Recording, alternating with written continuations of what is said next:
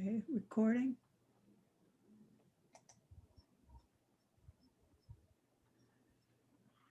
Welcome. Welcome. We are here on Facebook Live. I am Diane Wong, and I will let my co-hosts introduce. Hello, I'm Pharaoh Saunders. Always happy to be here and ready to discuss some current issues. Afternoon, everyone. My name is Charles Minton. A pleasure to be before you all today once again.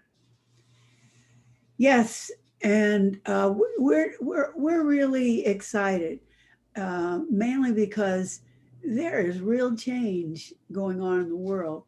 Even if yeah, there's real change going on in the world. And that is exciting. So we were just talking about how do you really engage the energy of where we are now? How do we bring out and help move along what people are talking about, this racial reckoning? There are a lot of topics there. There's the reparations that isn't quite on the table yet, but it's coming. And there's just the general, how do you engage the energy that, how do we engage the same energy that brought out many more Black voters in Georgia, so that now we have two Democratic senators, and that is going to make a difference. So that's the question. How do we do that? And we're also looking at issues of um, investing. There are some interesting things going on in investing, and we want to talk about those things and see how those things might affect all of us in the Black community. What should we pay attention to? So what should we pay attention to in our politics? What should we pay attention to in our ability to make positive change in our lives? So either one of you can start. Well, to start with, off of what you were just saying, I think the role that these trends with investing has to play in the Black community is to show the level that is required in order to make impact, in order to make change with this kind of concept. So, for those who may not be following it and therefore need to be clued in as to what exactly is happening in the world of investing right now, is over the last few days, there has been a massive spike in the value of some shorted stock uh, as well as some cryptocurrencies. So if you don't know how investing works and what shorting a stock is, basically the idea is there are companies that make less money historically and their business models have plummeted perhaps. And so because of that, because they've been making less money, people haven't been investing in them. So you have two companies that are being primarily impacted by this, which is GameStop and AMC. GameStop is, if you don't know, a store that sells video games, as in they get the discs, you physically walk in and you buy them. And very few people buy video games like that anymore. It's not efficient. You can get them online, so you don't need to do that. So their company is tanking. It's like Blockbuster, getting completely replaced. No one needs it anymore.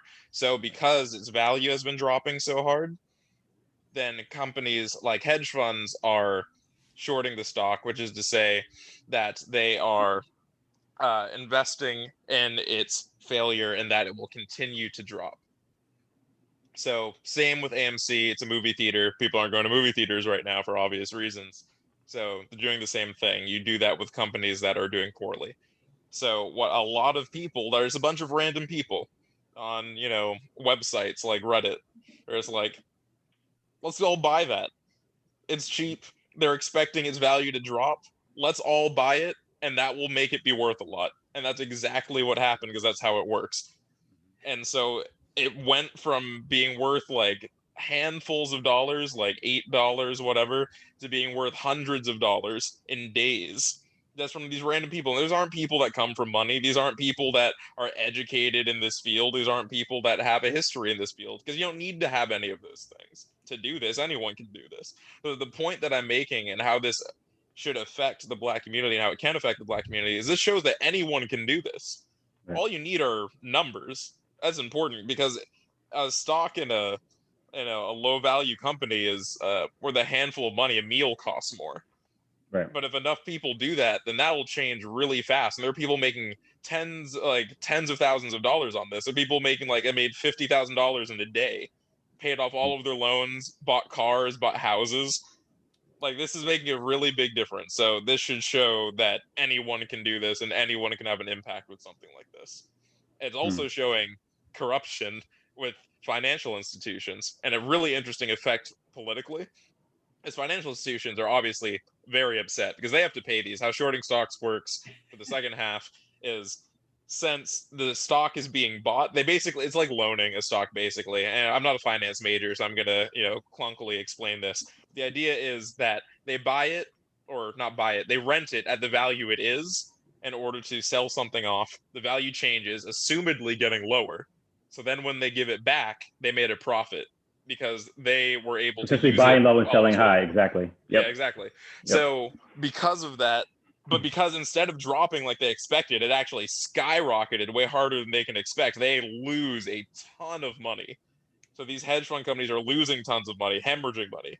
And so they're really upset about it. And there's all sorts of things people use to day trade more easily, like apps and things like that. So you don't have to physically be in the building in New York City in order to do it.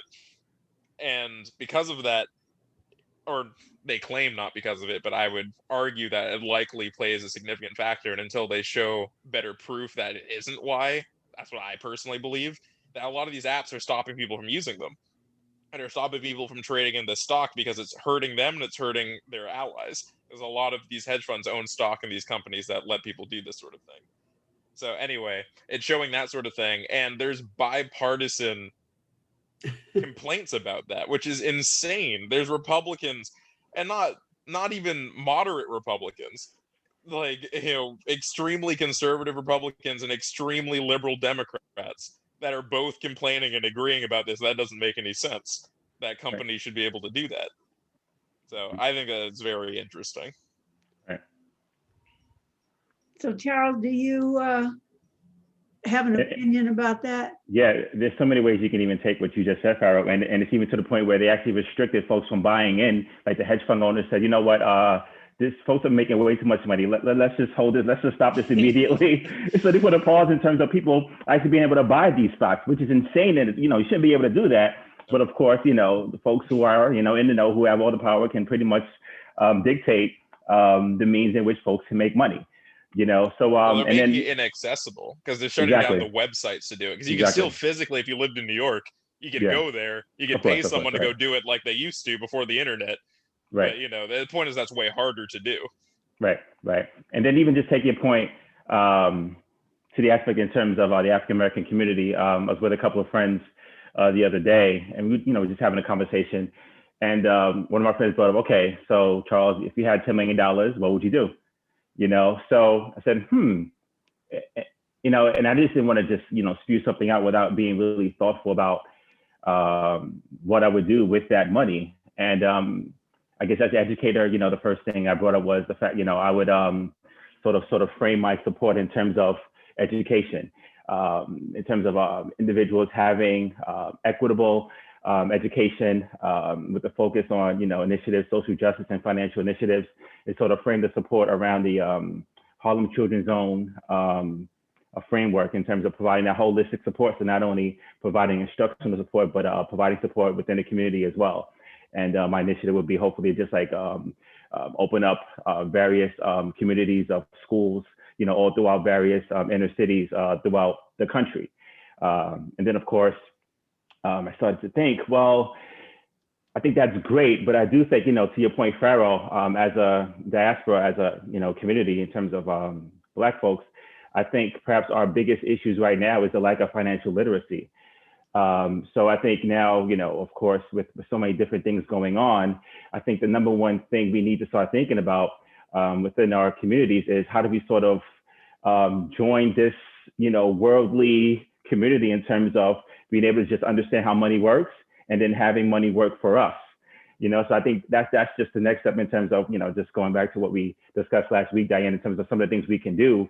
I think what helps in terms of folks sort of like crystallizing and developing that framework is dialogue, and I think with a lot of folks, particularly within our community, they just don't do because they don't know how to do. They just think it's beyond their means to really, make a difference because they just don't have A, the financial currency, and B, the knowledge and understanding in terms of how to make money work for you as opposed to working for money. Unfortunately, we were taught, and well, for me personally, get a good job and then get a pension and then you'll be okay, as opposed to just, getting out there and just figuring out, something to create a product that the mass of people will be able to use. And then from there, creating a currency to really help people on a global scale. We're not really taught that in the classroom. So in terms of where we are as a people, I think just building that financial currency and then going back to what we can do in terms of the Racial Justice Collaborative, I think it helps to just create a forum for folks who are business savvy, to just really help folks within the community, just in terms of, how to, gain more, financial savvy in all aspects of the world. And I think from there, once we begin to have that financial knowledge currency, we can begin to just like help our families individually. And then from there, we can sort of spark change on a massive scale within our communities and of course within the world. But to me, that starts with financial literacy. And I think within the collaborative, if we just provide a forum for individuals just to sit there and talk about some of the issues they're having within their community, and having individuals who are sort of in the know to sort of help, help a lot of individuals with sort of developing a firmer understanding in terms of how they can sort of help themselves, I think is key moving forward within this world post-Trump, of course.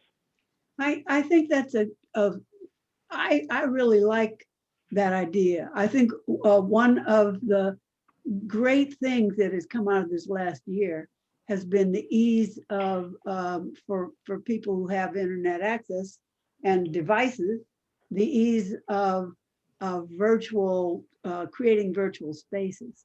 And we have that ability. So, and that's something that we could do pretty darn easily. I don't know exactly how we get people, because I'm thinking that yes, there are experts we can get to come on and talk, but I think I'd like to see people come on and talk about their concerns, and Absolutely. then out of that discussion, then start to bring in people that address some of the concerns that people have raised. So let's put a marker on that and find a way to do that. The other thing, the comment that I wanted to make on the way the whole market and how there's a real bipartisan agreement that they don't want to see. They don't want to see poor people make money, especially if it's outside of the way that also is going to continue to feed them with the money that they think belongs to them. So, yeah, like there are quotes from people saying things like, "Oh, these people are treating the stock market like a casino." It's like rich people have been treating the stock market like a casino for generations. The only difference is everyone's allowed in now. Right. So what that says to me is it's making it really clear, because before, all we've heard is the market. Just let the market. It will just let it go the way it goes. And it's going to take care of everything. It's going to provide everything that we need. But now we see that they're not willing to just go with however the market goes. So once you start interfering in that way, it's going to break it open, so we can say, because there needs to be significant change. We need to break up this hoarding culture altogether. And this is the first step. And this is a step they created by stopping the natural flow of the market. Right. It's funny, and then, just going back to Pharaoh, at the beginning, just in terms of providing a brief synopsis in terms of where we are, in terms of what happened this week with the stocks. Like we literally can just, start just providing, brief 10 to 15 minute videos in terms of how certain things work within financial aspects, in terms of how to buy a stock, in terms of cryptocurrency, in terms of all these different aspects, real estate, all the financial, aspects that, within the collaborative, we can just provide support. We can just begin providing, little snippets of just information to the masses, just in terms of doing our part, in terms of providing more financial literacy. I That's agree. something easy and That's tangible. really important. That's really important. It's something that would not be that difficult to teach.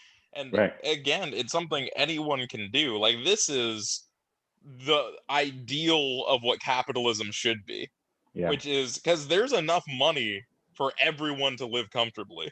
And with capitalism as it's ideally supposed to be, it should be like this where anyone can access it. The issue isn't with the concept itself vaguely, just like with any economic institution, any economic system ever made could benefit the people that live in it should it not be abused. The issue is when it's abused, when people are trying to stop people from actually making money, which are just average everyday people that are finding ways to make money like this. Right. So then now we've talked about two ideas. One is, we're moving in this direction. We've started talking about creating these slightly different take on the videos, but we could do, I like a 15, even a 10-minute, just with the high points, just the headlines of what it is, and maybe with some reference material to say, go here and find out more. And that's a service that we could provide. And the other thing is to find ways to start bringing people together. It doesn't have to be huge groups, but groups of people to talk about, to open up the discussion of what's going on. Because in order to figure out what to do, there needs to be a lot more awareness of two things: what's going on, and what do people, what do they perceive as their highest needs? Right. And I think something, I was going to say something like really easy that could be done. Of course, within what we're doing now, we just wanted to sort of provide the foundation in terms of what this podcast will represent by just having our voices projected. But I think moving forward, we can, just have quote unquote regular folks just sort of, come on this platform and sort of speak to, some of the issues and some of the concerns and things that they're currently going through within their community. And then from there, just, coming up with viable solutions in terms of it could be individual, of course. And then from there, we could just sort of stretch it out in terms of, okay, so here's support that, some of the things that you could just begin doing, within your household. And then from there, how does that sort of extend within your community? So, just having, individuals just come on this platform or come on, various platforms and just articulating, some of the things that, they want to do or that they would like to do within their community could just be something that, even on a smaller scale, we could just begin initiating as well. Well, and you see, if we had, just say we did 5 groups and just say we focus on the Black community because there's the largest need for the most part. So if we focus on the Black community and just say we had 5 people that came in and did a kind of a panel discussion and articulate the highest need. And then between those 5 people, and we help with that, we're also there too. And then we prioritize, we help them, okay, let's prioritize these 5 things. And then if we did that 5 times and we started to see that, these communities need something in particular, and we're starting to say that out of the 5, 15 times they selected this one thing, or what, however we want to do it. And then, or maybe they have them do a survey prior to it, perhaps. Okay. And then from there, get the data. Yeah. Because once we do the survey prior, then we come on and then we can start to prioritize based on what people said, and even just to have a discussion about it. But then when we decide, then we can ask ourselves and we can ask people, okay, so what do we do with this information? Well, one thing, then we start to go to the elected officials or, whoever we decide. It doesn't have to be elected officials. It can be foundations that want that and say, okay, this is where you need to put you want to know where you can put your support. And here we have data that shows that, and this is how we're doing that. So there's a lot of potential. And Pharaoh actually mentioned this earlier in terms of spending. And I think something we need to focus on, a couple of weeks ago when they were giving out the, what do you call it? The stimulus packages for individuals, that, sort of got out there that all the money that we're sort of like giving away to all these various countries, all these various organizations around the world that don't really, that has nothing to do with us within this country, but yet we're giving tens of millions of dollars to all these different communities and countries and organizations. And, but even on a smaller scale, once we have these individuals come on the platform, I guess we could sort of do our homework in terms of analyzing the communities and neighborhoods that they come from, and then how are funds allocated within these communities. So then we could just like open it up in terms of just having a discussion in terms of how are funds allocated within various communities. And then from there, once we start just having a conversation about that, just, bring on certain government or officials, within the government in terms of articulating, okay, so money is going here, here, and here. Can you sort of explain why? But that's just the next level. Just the first step would just be just having a conversation in terms of within various communities. Here is how money is spent within your community. And I think once folks begin to just realize in terms of how much money is wasted, then we could just move forward in terms of holding folks accountable for making those changes within their community. And I like the idea eventually of getting to looking internationally. Because I think for our own education, it would be important. It would be important for us to be able to listen to the priorities of people living within this country, of what communities need, and then listen to the priorities of people living in other countries. And I think we could learn a lot from that. Yep. So what else is going on these days that there's really a lot of new executive orders coming out? Yeah. I guess something we could talk about briefly, just in terms of the use of social media. Of course, we use social media within this platform, and various other individuals use social media.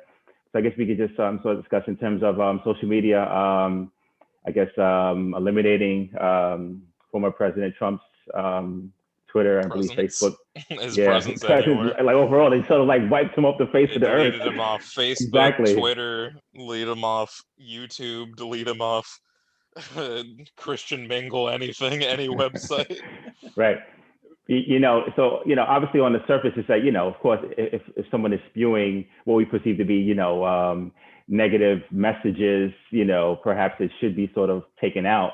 But then, like, how does that sort of infringe on our free speech? It's perhaps something we should definitely talk about. And, like, what's the hidden danger in terms of social media having this sort of power in terms of sort of dictating what folks should say and how folks should say it? Well, I mean, from a legal perspective, you don't have a whole lot of standing as to what you can or can't say on social media. The social media can't stop you from shouting something out of your window, and that's what your First Amendment rights protect, your ability to say things. They don't protect your ability to say things on a private company's computer server. So they can ban whoever they want for saying whatever they want. They just have rules based on what people would generally consider to be morality for the sake of not seeming overly cruel, which I think is worth doing, but they can, and it's not an infringement on someone's legal rights. You could make the argument of if it's moral or not. I personally think that you can make the slippery slope argument all day, but when someone historically incites a violent riot and attacks the federal capital of the United States and causes the only not peaceful transition of power in American history, I think that is worth not letting someone shout nonsense that will cause that sort of thing on your private computer server. They wants to say it on the street outside, that could still be a crime, because inciting a riot is a crime already. So I mean, there's lots of things that limit what the First Amendment can do. You can't shout shark at a beach or fire in a movie theater. So I hear what you're saying. Yeah, yeah. So I'm going to, take another side to it. So, just reflecting on some of our most fervent and just powerful activists, Martin Luther King and Malcolm X. I wonder if social media was in place during that time, would they have been stifled? Like, would they have been sort of eradicated, very similar to the way former President Trump was taken off of social media? it definitely would have, depending. Because I mean, Trump, it would have because depended on the company. I would think that any large company in that time would have, yes. Right, because think about it. During that time, and Diane, maybe you can speak to this. I'm assuming Malcolm X was sort of public enemy number one for a good majority of, I guess, white and I guess you could say conservative Black individuals in this country. So would his voice have been stifled, by this like powerful tool, and perhaps I think it would have been. So I just think as Black folks, just thinking about us in general, we need to look at the bigger picture in terms of, okay, we want to get on, various platforms and sort of provide our voice and have more of a voice within, the world. But then it's even going back to the financial aspect, how we sort of create our own platforms, social media platforms moving forward, So, in terms of, within, the Black community, we need to be, start, thinking about, yes, we have different platforms here, but how can we sort of like begin to have individuals sort of create platform that sort of fit our perspective and sort of we can start, begin, reaping sort of the benefits of having this vast amounts of capital, and sort of we can begin like funneling that capital within our community. Well, I think all of those things are good things. But if we look at, and I'm reflecting on some of the times in the 60s that you're talking about, I think I don't think there's any comparison. I mean, because if you look at even the Black Panthers, which people like to bring up the Black Panthers and show them with their, with their rifles in California. I think we can take to say, Diane, they probably would have been, silenced. I think it's safe to say. Silenced. Look at Fred Hampton. Yes, I mean, right. It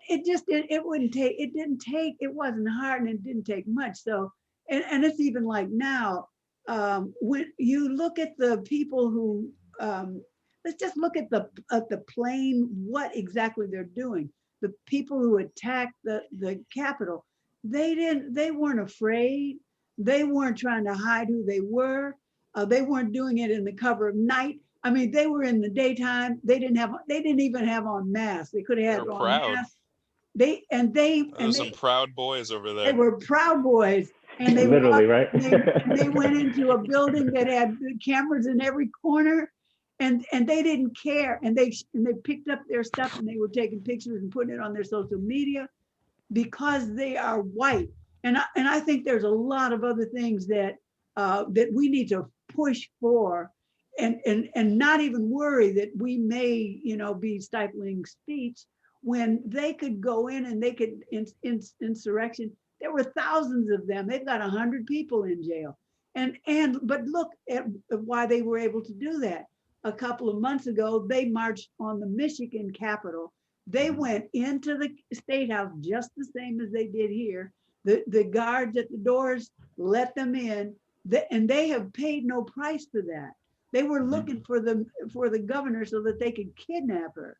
And so there's no comparison, not historical and not current, that talks about the difference. And they all had guns too. And in Michigan, they were on television. They all had guns. So they're white, and they have an expectation that they can do whatever they want because they're patriots. That's what they say. And yeah, so I mean, it's a lot of other things to work on. It's a really common sort of civic concept. It's a really basic one, which is the issue and the debate of security versus freedom. And a lot of political conversations circle back to that, which is, it's about what you prioritize over what, because these people do use, like most people in the modern world, social media in order to organize and do these things. And without it, they could not achieve even a fraction of what they do. And so that's what government agencies like the FBI use to track these people down and arrest them after the fact, or do their best to break up these sorts of things before they happen.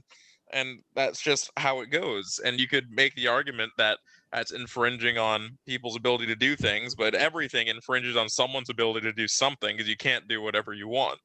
And so it's always going to be a balancing act between those two ideals. And I personally think that it is worth infringing on certain aspects in order to have some level of cohesion, because these people, for all of their complaining and their improper understanding of what order is, and always shouting law and order when it means murdering people you don't like, they don't believe in law or order. Yeah. Because it's not like those things aren't important. They're objectively important. The issue is when people shout those things in the street like a battle cry, they don't mean it. They're talking about murdering people that they don't like, not for legal reasons, not for reasons of maintaining, lawful order, but for maintaining a hierarchical order that exists outside of the law, though often, using it in order to help enforce it in order to keep them on top. That's what they mean, not what it actually is. So I would just like to see us focus on, not us, but like a bigger discussion that just really brings the issues of what happens, and this is happening all the time, but for some reason it's not getting traction. What happens when the groups are Black, Right. and then what happens when the groups are white? And look, and they're just, but we know this and we see this, and it doesn't change anything. And I want to know why. Well, I think we sort of know the answer to that. Unfortunately, But I want us yeah. to spell it out. But I think, I mean, Diane, to spell out like what, like an example of what happened with the Capitol riot. Yeah, look at the Capitol. Well, to spell it out is because the United States Capitol is in federal territory. Federal territory, in order to, request higher degrees of security, has to come from the president, because there's no governor for DC. There's no governor for federal territory. No, So the president has to do I don't that. mean literally. I mean, look at what was it, 85, when they dropped the bomb on Philadelphia, on the MOVE people. I mean, they dropped a bomb on Philadelphia without any hesitation. They burned up the whole city block. And they weren't even rioting or insurrecting. Nope. And now we've got people that are insurrecting on a daily basis, and suddenly the government is unable to do anything about it. Why are we the people of the United States allowing them to continue this blatant discrimination? Choices. Let white people do whatever they want to do, and bomb the Black people, into nothing. I mean, it's also important to note that it's the same country, but those are different administrations. It's not like the exact same people making these decisions. And that plays an important factor. Even with the limited amount of time that has passed, that's enough to have entirely new generations of people responsible for decision making. Yeah, all of that is true. But I'm saying, let's bring this up. Let's not let it just be buried under that's just the way it is in the United States. Right. Or even like right now, we're in a Biden administration. So what happens with all the police killings? I'm still struck with Tamir Rice, 12 years old. That happened under Obama administration, right? Trayvon Martin, Eric Gardner, right? Right. And we didn't do anything about that. That was on us.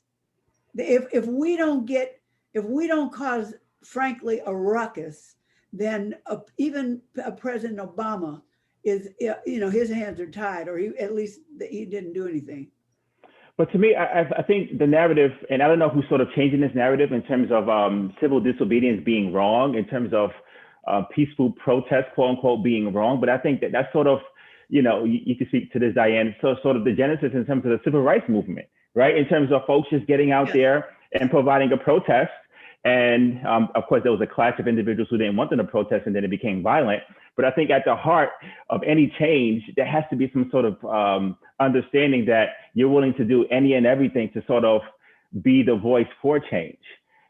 So I think we're living in dangerous times in that, of course, what happened on the 6th, could be looked upon as insurrection. I don't look at it as insurrection. I think those folks were led in to Capitol building, but that's another story for another day. But I do think stifling anyone's voice, whether we agree with their views or wrong, is very dangerous because let's say, to your point, Diane, if there's another shooting that takes place next week and then on Facebook, individuals, get on there and say, what, we're going to have a peaceful protest in the Capitol building this date. Let's come out, let's march, and let's go and, show these guys, show these people what we're made of, and then from there, let's say if it ends up violent, very similarly to what happened on the 6th, can someone sort of misconstrue that and then sort of like eliminate their voice within social media platforms? But if they do the same thing they did on the 6th, then there are consequences to that.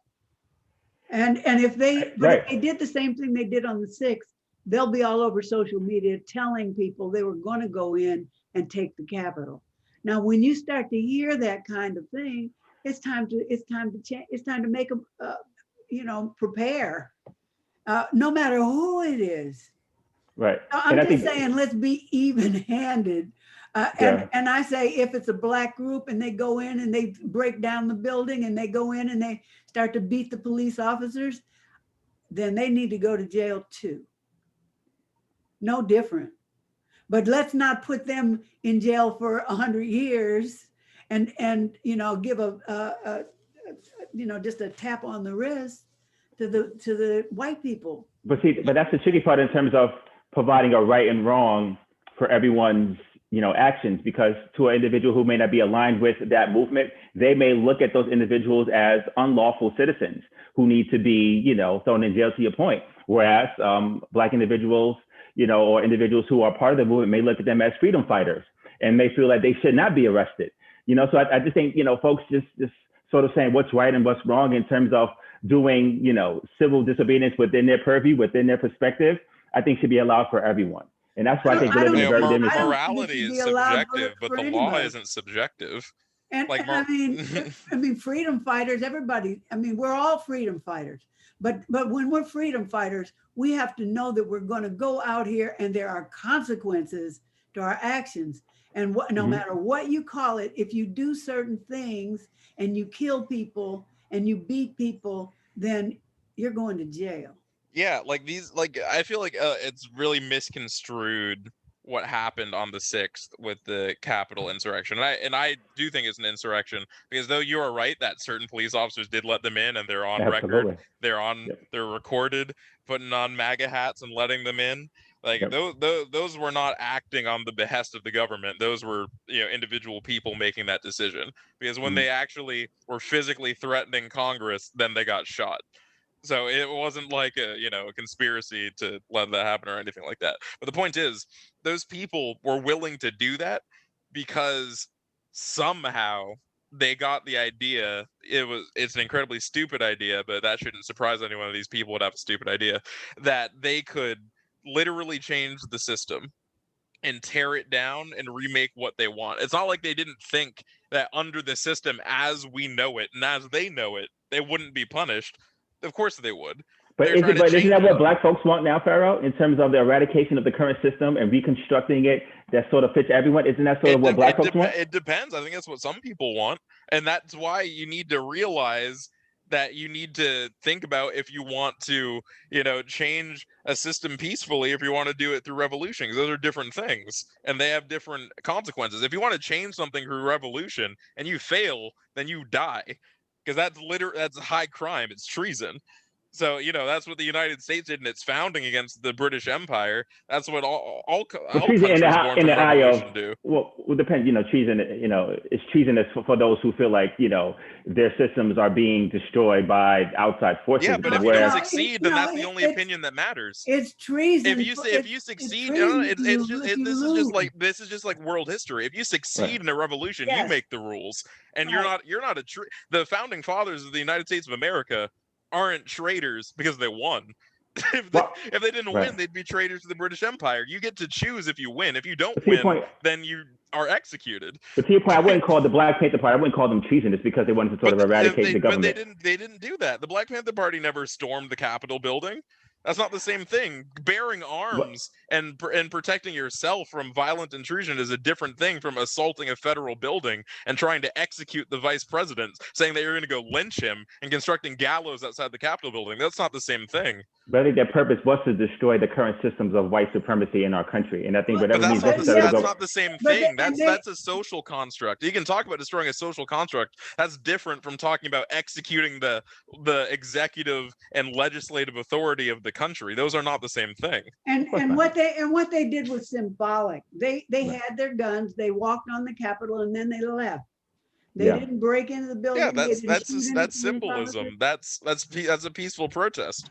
Right. You know, I think that they had the right Mhm. to bear arms. They were showing, and I think California changed the rules after that. Gun control. They did. Yeah. Yeah. Yeah.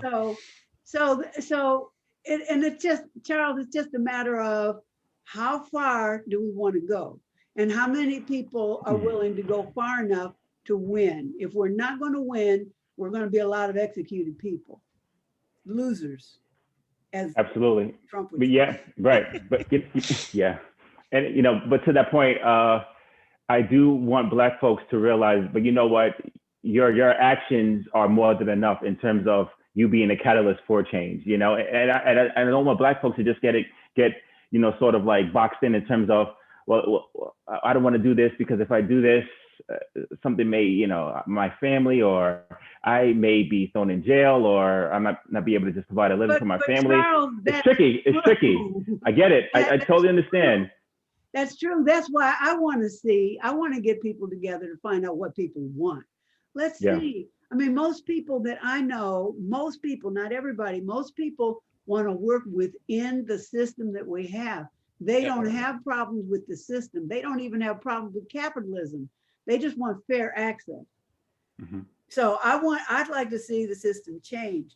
Now, when I look at revolutionary spirit, I look at the Tea Party. The Tea Party, they're the same ones when they are so against abortion that they started shooting the doctors that were performing abortions. Now, those are committed people. How many people, and they went to jail, and they still go to jail, and they should go to jail. They can call it whatever they want.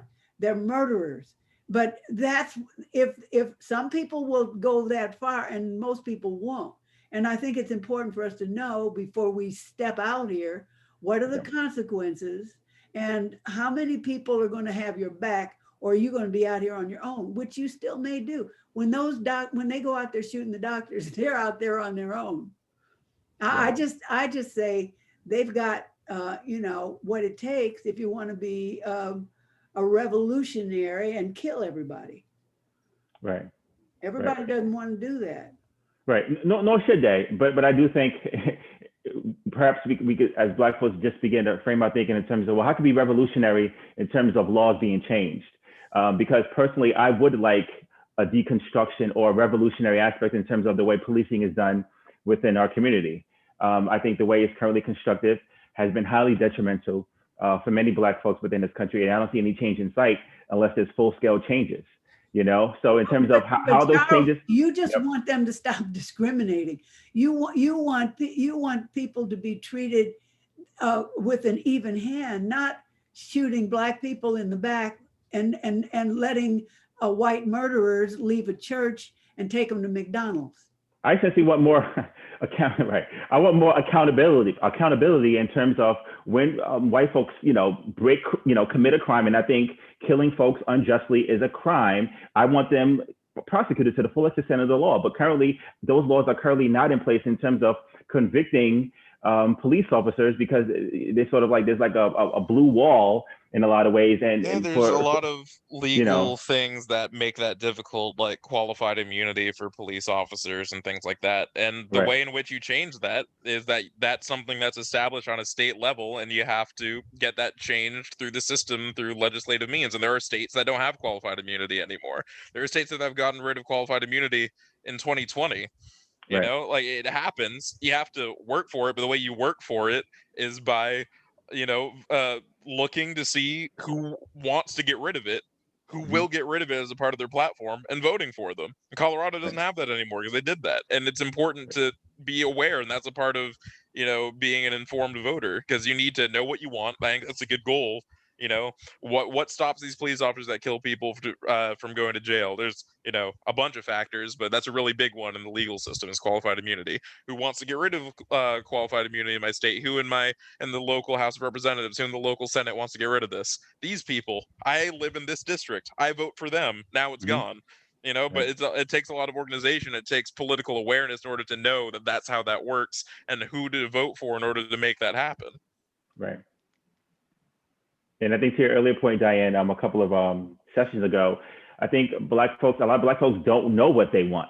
It's just, there's a lot of things that they want, to see change, but in terms of articulating what those issues are, I think for the most part, a lot of Black folks have not provided that literally just understanding in terms of these things need to change, and taking that next step in terms of, so here's the change. So now here are the action steps in terms of, making that change happen, in terms of helping to just sort of change laws and, provide a forum for, just more public discourse along these matters. But I think Black folks, for the most part, have just been innocent bystanders in terms of the way we live in this country. And it's now time for us to sort of, take the wheel in terms of being able to articulate what our issues are, and then being the agent for change moving forward.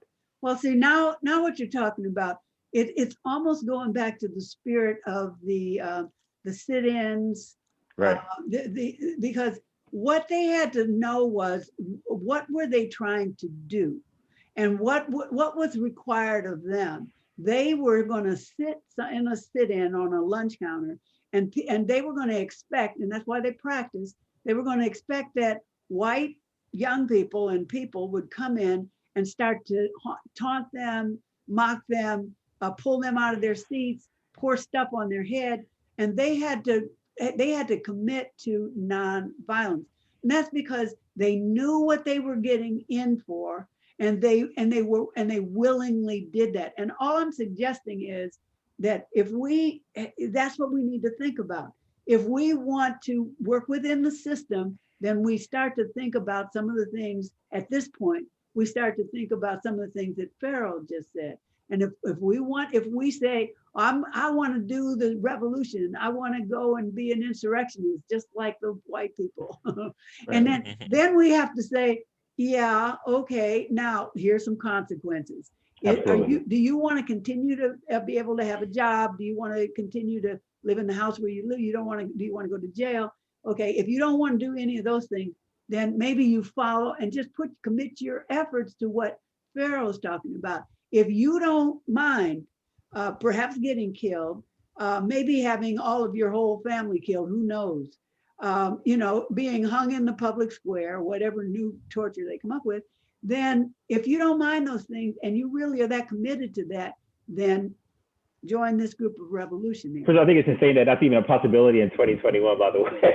I know, I mean, that's what other countries, and they're doing the same thing that you said. They're being, what is the word? It's not revolutionary. It's a freedom fighter. It seems like that's about to happen in Russia.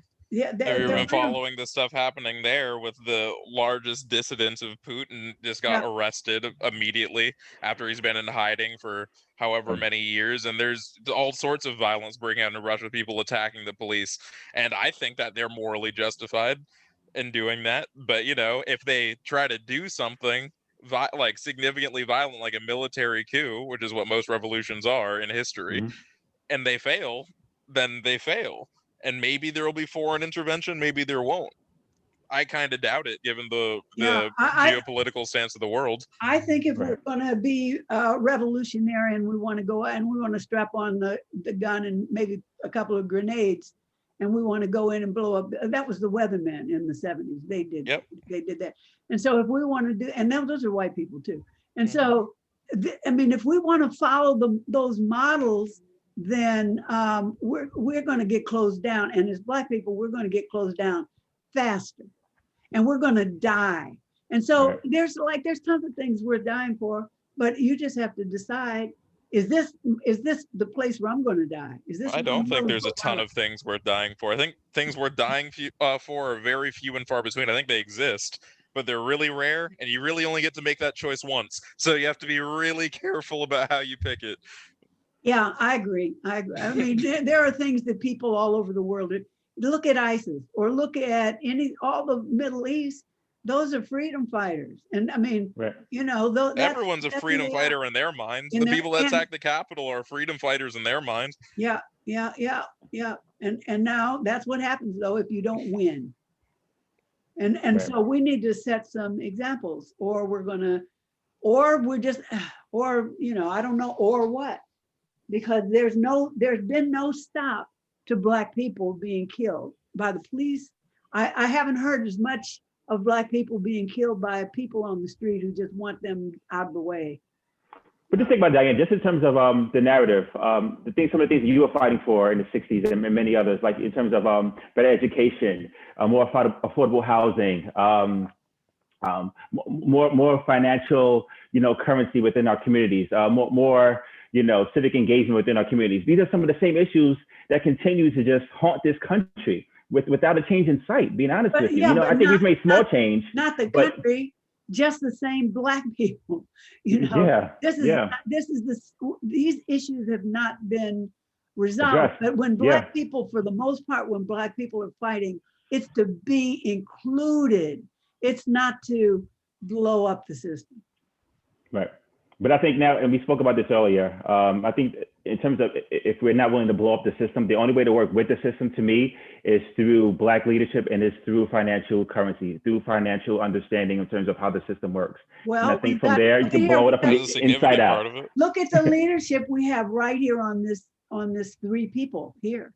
Yeah. I mean, we're wanting to start to bring groups together to talk, to get organized, to talk about simple things like, what do you want? And because once you ask, what do you want? Then the next question is, and why? And you just keep going down through the why, because there are different sides when you start to looking at that why.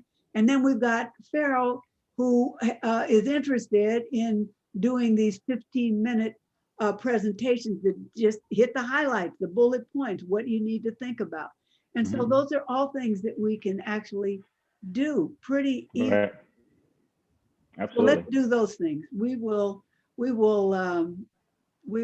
commit to those things. Absolutely. Absolutely. Okay, so let's wrap this up so that we don't go over the time and have to edit it. It's so much work. Right. Okay, so Charles, a few words.